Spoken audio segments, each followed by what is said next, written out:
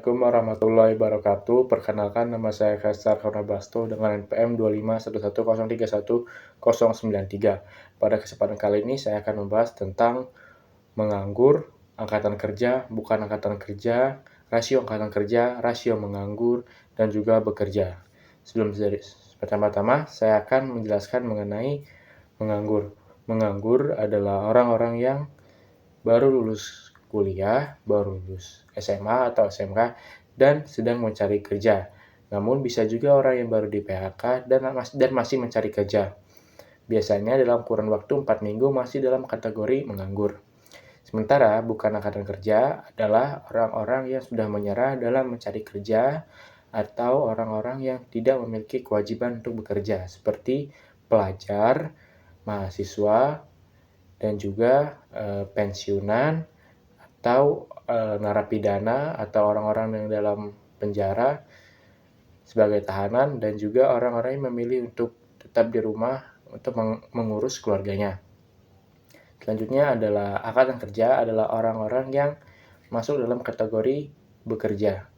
Itu juga termasuk dalam bagian orang yang bekerja. Orang bekerja adalah orang-orang yang memiliki pekerjaan baik di perusahaan dan digaji atau di ladang atau kebun sendiri dan menghasilkan uang.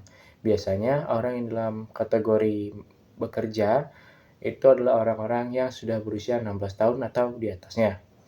Selanjutnya adalah tentang rasio menganggur.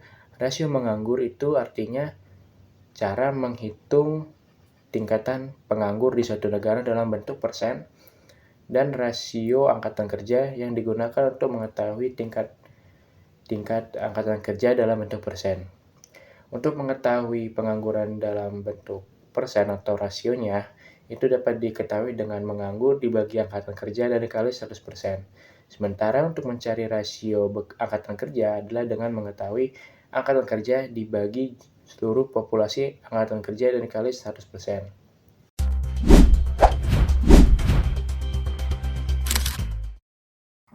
Halo semuanya, perkenalkan nama saya Fadila Mutiara Edlin dengan NPM 25110311106. Di sini saya akan melanjutkan presentasi terkait pengangguran. Baik teman-teman, di sini saya akan membahas tentang komponen-komponen tingkat pengangguran. Nah, jadi apa sih komponen-komponen yang ada di dalam tingkat pengangguran itu sendiri? Yang pertama, ada yang namanya perbedaan di tingkat kelompok demografis, yang artinya tingkat pengangguran itu tidak sama rata untuk semua orang. Misalnya, mahasiswa atau siswa yang baru lulus sekolah itu lebih sukar atau lebih susah untuk mencari pekerjaan dibandingkan orang-orang yang sudah mendapat pengalaman.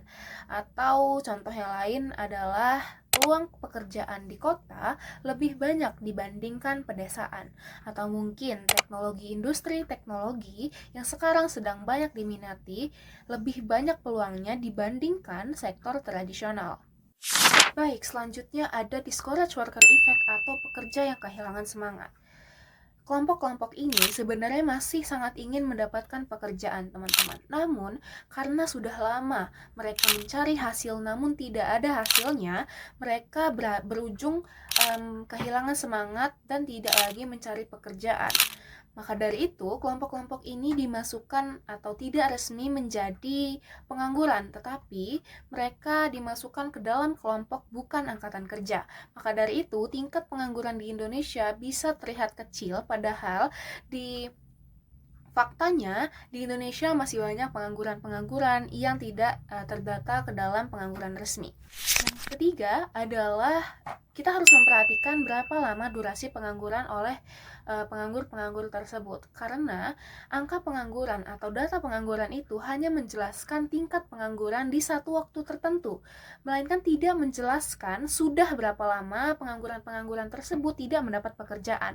Hal ini sangat penting karena semakin lama seseorang itu menganggur, maka keterampilan-keterampilan yang ia punya akan menghilang, serta semangat kerja juga akan menurun, sehingga semakin lama tidak mendapat pekerjaan akan hilang. Nah, hal itu akan meningkatkan tingkat pengangguran kita apabila tidak teratasi dengan baik. Baik teman-teman, sekarang pertanyaannya adalah kenapa di setiap negara itu pasti tingkat penganggurannya itu selalu ada dan tidak bisa dikurangi. Itu kenapa? Karena jawabannya itu simpel teman-teman. Karena pasar tenaga kerja itu sifatnya dinamis. Maksudnya adalah setiap tahun angkatan kerja baru itu selalu ada. Seperti mahasiswa atau siswa yang baru lulus sekolah atau perguruan tinggi itu masuk ke dalam pasar tenaga kerja. Yang kedua adalah karena perusahaan ataupun industri itu selalu naik dan turun. Ada yang naik karena baru dan membutuhkan banyak pekerja-pekerja, dan ada juga yang sedang turun sehingga melakukan banyak PHK. Lalu yang ketiga itu adanya pekerja yang sudah yang ingin mendapatkan gaji ataupun lingkungan yang lebih layak sehingga ia memutuskan untuk keluar dari sebuah perusahaan atau sebuah industri. Nah, proses pencocokan antara perusahaan dengan pekerja ini itu tidak mudah. Mereka membutuhkan waktu untuk mendapatkan kandidat-kandidat terbaik di antara yang terbaik. Nah, hal ini mengapa pengangguran itu disebut alamiah dan tidak bisa terelakkan. Selanjutnya, kita akan membahas jenis-jenis dari tingkat pengangguran. Baik, di sini kita akan membahas jenis-jenis tingkat pengangguran. Jenis-jenis pengangguran itu dibagi menjadi 4, teman-teman. Yang pertama ada pengangguran friksional, yang kedua ada pengangguran struktural, yang ketiga ada pengangguran siklis, dan yang terakhir ada tingkat pengangguran alamiah. Baik, kita akan bahas satu persatu. Yang pertama, kita bahas dulu dari pengangguran friksional. Pengangguran friksional ini bisa masuk ke dalam pengangguran jangka pendek, teman-teman, di mana seseorang itu butuh waktu untuk mendapatkan pekerjaan. Contohnya, mahasiswa yang baru lulus kuliah membutuhkan waktu untuk mendapatkan sebuah pekerjaan. Hal ini tuh normal, teman-teman, karena ini masuk ke dalam mekanisme pasar tenaga kerja. Lalu yang kedua ada pengangguran struktural. Hal ini terjadi karena terjadinya perubahan signifikan di dalam perekonomian. Contohnya, terdapat perubahan dari dari buruh pabrik ke teknologi yang sedang berkembang, atau dari media cetak ke media digital. Orang-orang di dalam sektor ini butuh keterampilan baru untuk masuk ke dalam pekerjaan tersebut. Yang ketiga ada pengangguran siklis, yaitu di mana pengangguran ini terjadi akibat perekonomian di sebuah negara itu sedang tidak baik-baik saja. Misalnya, di saat resesi dan depresi. Hal ini dikarenakan sebuah perusahaan itu menurunkan produksi akibat konsumsi yang semakin menurun, sehingga lama-kelamaan perusahaan akan memutuskan untuk memecat atau mem-PHK beberapa karyawan-karyawan yang ada.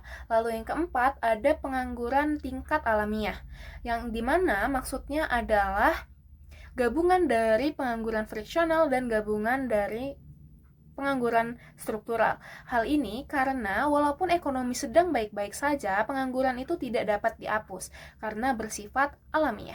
Baik, selanjutnya kita akan membahas dampak dari pengangguran itu sendiri. Yang pertama, dampak pengangguran itu tidak bisa dirasakan secara merata oleh semua orang, teman-teman.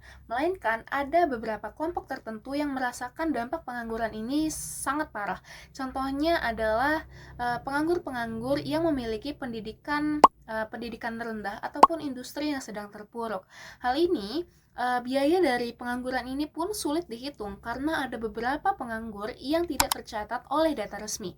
Seperti contohnya adalah ada orang yang hanya memiliki pekerjaan paruh waktu, dan juga ada yang bekerja di sektor informal yang gajinya itu tidak menentu atau freelance. Lalu yang terakhir ada discouraged worker effect yang malah masuk ke dalam bukan angkatan kerja. Hal ini mengapa pengangguran itu bukan hanya sekedar angka, teman-teman, melainkan bagaimana bagaimana pengangguran ini tuh mempengaruhi kehidupan seseorang, kesejahteraan keluarga seseorang, dan juga kestabilitasan sosial yang ada di sebuah negara. Sekian presentasi tentang pengangguran dari saya lanjutkan ke rekan saya. Terima kasih.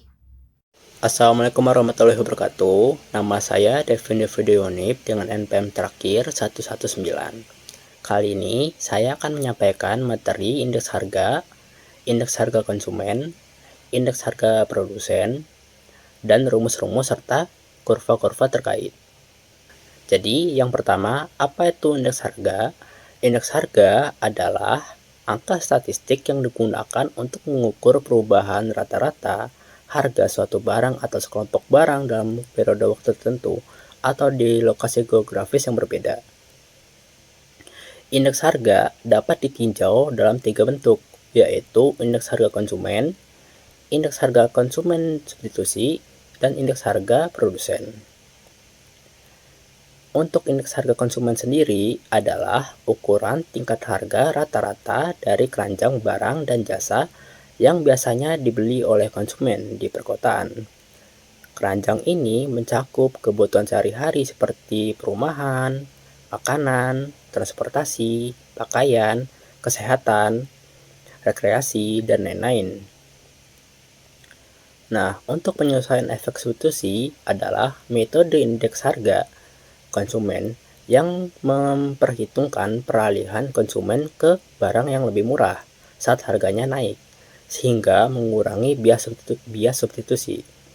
Nah, bias substitusi sendiri terjadi bila perhitungan inflasi menganggap konsumen tetap membeli barang yang sama meski sudah mahal, padahal sebenarnya mereka beralih ke barang pengganti. Maka dari itu, muncul salah satu varian CPI, yaitu China CPI atau indeks harga berantai. Nah, untuk indeks harga berantai ini memiliki satu kelemahan, yaitu kalau biasanya di model normal indeks harga itu bersifat konstan alias tidak perlu direvisi atau diubah. Nah, untuk CPI berantai itu perlu dilakukan perubahan tiap periode waktu tertentu karena harga dasarnya itu akan berubah seiring berjalannya periode menyesuaikan dengan minat dari para konsumen. Nah, yang ketiga ada indeks harga produsen, yang juga dikenal sebagai indeks harga grosir. Adalah perbandingan harga barang atau jasa yang dibeli oleh produsen pada suatu waktu tertentu. IHP juga dapat mengukur harga bahan mentah, bahan setengah jadi, dan barang yang dibeli atau dijual oleh produsen, serta digunakan sebagai indikator awal tekanan inflasi dalam suatu perekonomian. Nah, selanjutnya akan ada rumus yang akan saya jelaskan lewat spreadsheet. Oke, jadi kita udah ada di spreadsheetnya. Untuk contoh soal dari penggunaan rumus IHK ini, saya ambil dari PDRB Pengeluaran Masyarakat Riau terhadap aspek pakaian yang tentunya sudah disederhanakan. Ini saya ambil dari ADHB Neraca Pengeluaran yang di bagian pakaian dan alas kaki ini. Nah, bisa kalian lihat di sini ada rumus indeks harga konsumen, yaitu PN kali QO dibagi PO kali QO. Nah, PN ini mewakili harga tahun yang akan dihitung, sedangkan PO itu mewakili harga tahun dasar dan QO mewakili kuantitas barang pada tahun dasar. Nah, sebenarnya ini rumusnya agak mirip seperti rumus GDP ADHK. Hanya saja GDP ADHK itu PN dan PO-nya langsung dibagi tanpa ada faktor seperti QO ini. Nah, terus cara ngitungnya gimana? Pertama kita tentuin dulu nih tahun mana yang mau kita hitung. Misalkan saya pilih tahun 2022 deh. Nah, tahun 2022 harganya kan 10.500. Nah, untuk tahun dasarnya saya pilih tahun 2021. Nah, 2021 10.100. Nah, untuk QO-nya kalian ambil dari yang 130 ini yang berada di tahun dasar ini. Kita masukin di dua ini ya. Nah, 130.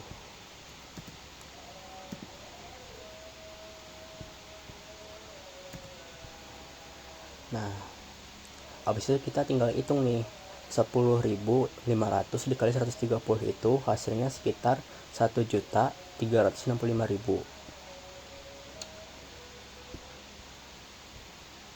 Nah, untuk di bawahnya 10.100 dikali 130 itu hasilnya sekitar 1.313.000. Nah, kalau misalkan kita udah ketemu dua ini nih, yang kedua hasil ini kita tinggal bagi aja. Terus hasil dari pembagian ini kita kalikan 100%. Nah, 1.365.000 dibagi 1.313.000 itu hasilnya 1,0396, yang jika dikalikan 100% maka hasilnya akan 103,96%, atau yang bisa kita bulatkan menjadi 104%. Oke, selanjutnya kita akan membahas pie chart dari indeks harga konsumen. Kita mulai terlebih dahulu dari kenapa sih kurva IHK ini berbentuk bulat.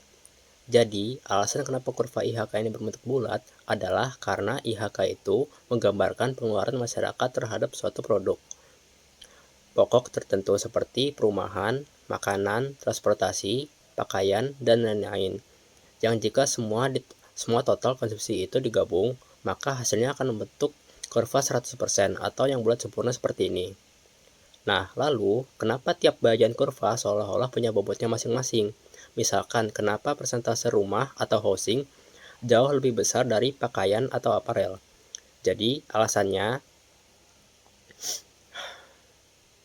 selain karena kurva IHK ini berdasarkan kepada piramida kebutuhan dasar manusia, ada juga faktor lain seperti liabilitas atau beban yang harus kita tanggung ketika kita memiliki aset atau kebutuhan tersebut. Misalnya di sini kalian bisa lihat kalau housing punya presentasi terbesar karena kita juga harus membayar beban-beban seperti beban listrik, beban air, dan beban lain-lain agar rumah tersebut dapat ditinggali. Beda halnya dengan aparel atau pakaian yang punya aspek terkecil karena kita cukup jarang beli pakaian dan pakaian tersendiri tidak memiliki liabilitas atau beban. Nah, untuk kurva IHP-nya kalian bisa tetapkan dengan konsep yang sama, tapi kalian lihat dari sudut pandang produsen. Oke, sekian dari saya. Materi selanjutnya akan disampaikan oleh rekan saya. Terima kasih.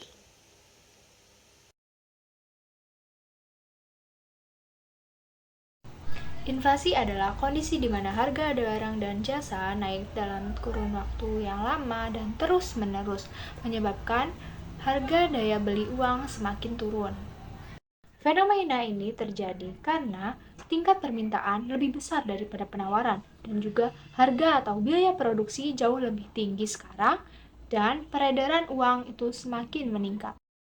Nah, inflasi ini mengurangi daya beli masyarakat dan inflasi sering sekali membahas para kelompok-kelompok orang yang berpenghasilan tetap, sedangkan para manula justru malah tidak terkena dampak dari inflasi ini karena tunjangan jaminan sosial dan juga banyak dana pensiun dari mereka tidak diindeks dalam inflasi. Nah, inflasi juga berdampak pada distribusi pendapatan. Semakin inflasi diantisipasi, maka efeknya akan cenderung kecil. Namun, ketika inflasi tidak diantisipasi, maka efeknya akan cenderung lebih besar dan lama. Assalamualaikum warahmatullahi wabarakatuh. Sebelumnya, perkenalkan nama saya Alfa Radusyah dengan NPM terakhir 131. Baik, di sini saya akan menjelaskan mengenai materi deflasi. Jadi, apa sih deflasi itu? Nah, deflasi itu adalah kondisi di mana harga barang dan jasa itu tuh turun secara terus-menerus dalam jangka waktu tertentu. Misalnya gini nih, harga beras dalam beberapa bulan terakhir tuh mengalami penurunan. Nah, itu tuh buat kita sebagai konsumen atau pembeli, itu tuh kita pasti senang kan karena harganya murah. Tapi kalau ini terus-terusan terjadi, harga beras terus menurun, itu tuh bisa bikin masalah juga guys buat ekonomi. Nah, kira-kira apa sih yang bisa menyebabkan terjadinya deflasi? Nah, jadi biasanya orang-orang itu tuh udah jarang lagi buat belanja karena mungkin pendapatannya menurun atau karena stok barang yang terlalu banyak tapi pembelinya itu tuh sedikit. Nah, Bisa juga jadi karena bunga bank itu tuh terlalu tinggi.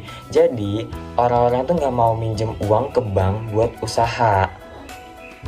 Bahkan krisis ekonomi itu tuh bisa membuat daya beli masyarakat itu tuh menurun. Akhirnya harga-harga itu tuh ikutan turun. Nah, selanjutnya apa sih dampak dari deflasi ini? Nah, turunnya harga itu tuh buat kita sebagai konsumen atau pembeli itu tuh kelihatannya enak kan karena harganya murah. Tapi buat perusahaan ini tuh bisa jadi mimpi buruk guys, karena perusahaan itu bisa rugi, terpaksa mem-PHK banyak karyawan, dan kalau udah banyak yang begitu, ekonomi negara itu tuh bisa melambat. Jadi dampaknya itu tuh gak sesederhana harga murah aja. Nah, selanjutnya gimana sih cara mengatasi deflasi ini? Nah, biasanya pemerintah itu tuh menurunkan bunga bank supaya orang itu tuh mau belanja dan usaha lagi. Mereka juga bisa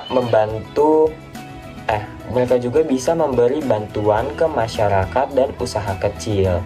Dan kalau perlu belanja negara itu tuh dinaikkan supaya ekonomi tuh bisa bergerak kembali. Nah, itu saja guys yang bisa dapat saya sampaikan. Kurang lebihnya mohon maaf. Sekian dari saya. Materi selanjutnya akan dijelaskan oleh rekan saya. Terima kasih. Halo, perkenalkan saya Naila Lutfianisa dengan NPM 2511031124. Di sini saya akan menyajikan materi tentang pertumbuhan jangka panjang. Pertumbuhan output adalah tingkat pertumbuhan output dari keseluruhan perekonomian. Pertumbuhan output per kapita adalah tingkat pertumbuhan per orang dalam perekonomian. Jika pertumbuhan populasi di suatu negara sama dengan tingkat pertumbuhan outputnya, maka output di negara tersebut tidak tumbuh. Karena di suatu negara tidak semuanya itu bekerja, maka output per pekerja tidak sama dengan output per orang. Output per pekerja jauh lebih besar daripada output per orang dan merupakan definisi dari produktivitas. Karena itu, ada yang namanya pertumbuhan produktivitas yang merupakan pertumbuhan output per pekerja. Selanjutnya, dalam produksi output, penggunaan mesin dan tenaga kerja itu sangatlah dibutuhkan. Nah, bagaimana sih output bisa meningkat dalam perekonomian? Ada sejumlah cara yang dapat dilakukan untuk menambah output dalam perekonomian. Yang pertama, yaitu menambah jumlah banyak pekerja. Dengan lebih banyak pekerja, lebih banyak output yang dapat dihasilkan per mesin per pekerja. Yang kedua, menambah lebih banyak mesin. Dengan lebih banyak mesin, maka modal yang dimiliki oleh para pekerja itu meningkat. Yang ketiga adalah menambah panjang minggu kerja.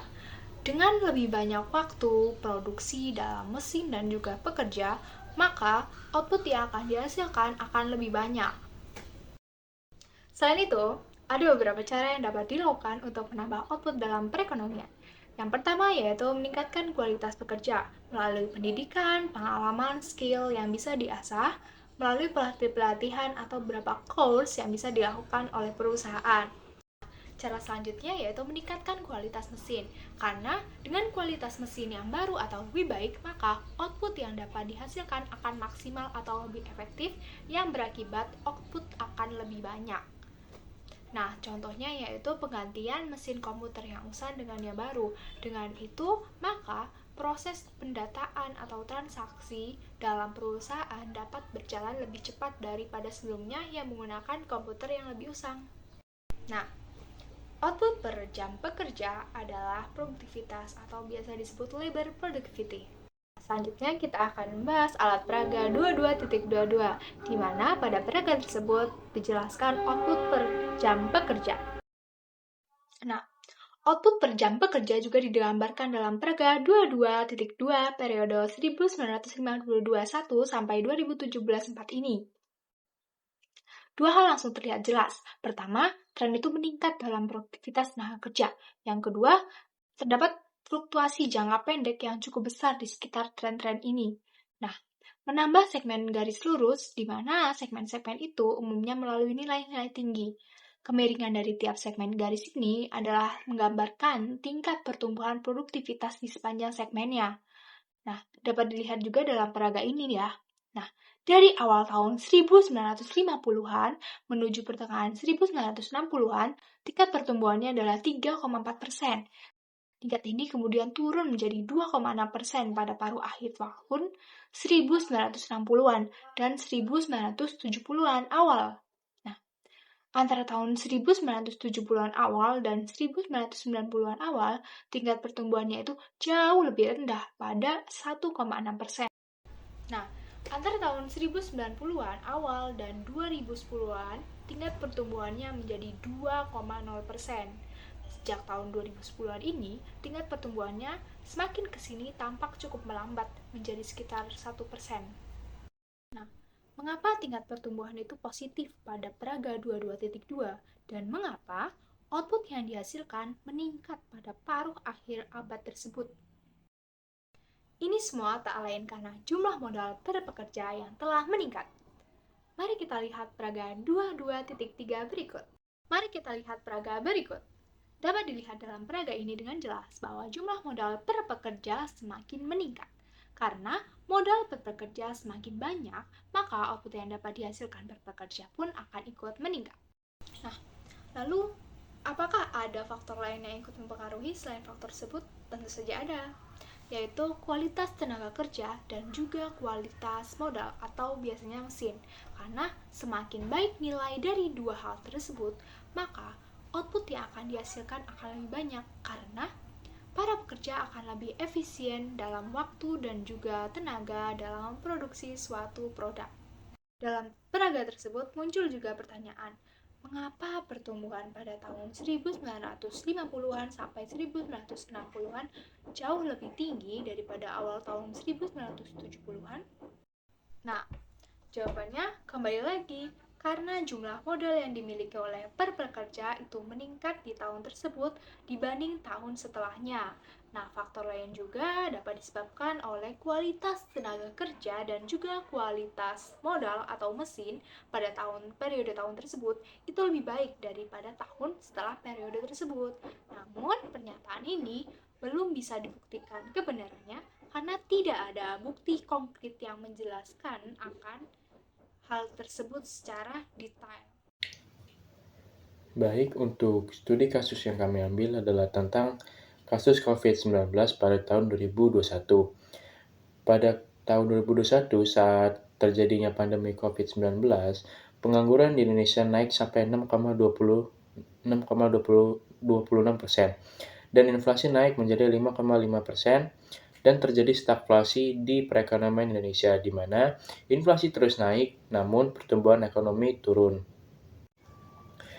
Dari kasus COVID-19 tadi dapat diketahui bahwa pengangguran yang terjadi di Indonesia dapat dikatakan sebagai pengangguran siklis karena permintaan agregat turun, khususnya di bidang manufaktur dan pariwisata.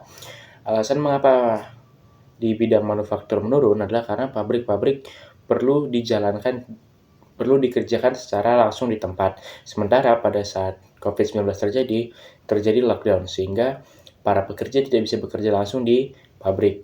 Oleh sebab itu, pabrik-pabrik di perusahaan manufaktur tidak bisa dijalankan, sehingga industri manufaktur terhenti. Sementara dari pariwisata sendiri, pariwisata membutuhkan banyak pengunjung dan juga harus datang ke tempat wisata.